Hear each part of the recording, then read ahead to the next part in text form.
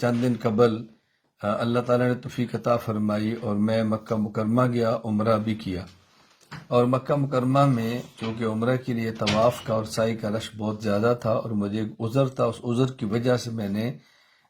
طواف اور سعی کو پیدل کرنے کے بجائے باقاعدہ الیکٹرانک چیئر کے اوپر کیا۔ اور مجھے بعد میں اس کو میسج بھی آئے اور بعض ساتھیوں نے پوچھا بھی اور بعضوں نے پریشانی کا اظہار بھی کیا کہ شاید میری طبیعت ٹھیک نہیں، میں نے اس وجہ سے کیا ہے۔ یہاں جو میں وضاحت کرنا چاہتا ہوں بہت ضروری ہے۔ مکہ مکرمہ میں ہوتے ہیں ڈاکٹر نعمان مکی صاحب، اللہ ان کی عمر میں برکت عطا فرمائے۔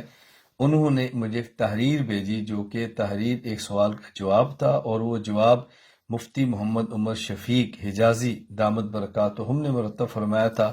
اور مجھے بے حد خوشی ہوئی۔ میں نے ڈاکٹر نعمان صاحب کو شکریہ بھی ادا کیا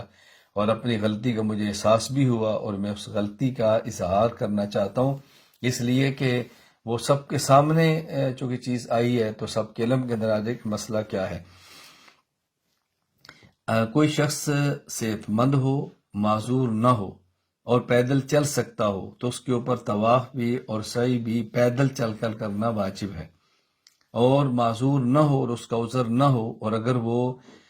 ویل چیئر پر یا الیکٹرانک چیئر پر یا کسی بھی ایسی چیز پر سوار ہو کر سواری پر وہ طواف کرتا ہے، سعی کرتا ہے، تو اس کا اعادہ واجب ہے، یعنی سعی اور طواف دوبارہ کرے، اور اگر نہیں کرتا تو اس کو دم دینا پڑے گا، طواف کا دم الگ ہوگا اور سعی کا دم الگ ہوگا۔ یہ مسئلہ ذہن نشین فرما لیں۔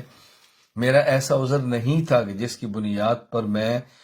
سواری پر سوار ہو کر سعی یا طواف کرتا، تو میں پیدل کرنا چاہتا تو کر سکتا تھا، لیکن عذر میرا کوئی خاص نہیں تھا، اس لیے میں نے ڈاکٹر نعمان صاحب کو شکریہ بھی ادا کیا اور حدود حرم میں دم بھی ادا کیا۔ تو میں اس لیے گزارش کرنا چاہتا ہوں کہ میری عادت ہے اگر میری غلطی ہو اور مجھے کوئی بتائے تو میں اس غلطی کا اعتراف کرتا ہوں، اور اگر اعلانیہ ہو تو اعلانیہ اعتراف کرتا ہوں، چونکہ میرا عمرہ تھا، طواف تھا، سعی تھی، اور وہ میڈیا پر نشر ہوئی تو کہیں اس سے کوئی یہ نہ سمجھے کہ صحت مند آدمی کے لیے جو کہ پیدل چل سکتا ہو اور پھر بھی سعی اور طواف یوں سوار ہو کر کے تو اس کے لیے گنجائش ہوگی، قطعاً گنجائش نہیں ہے۔ اللہ تعالیٰ ہم سب کو بات سمجھنے کی توفیق عطا فرمائے۔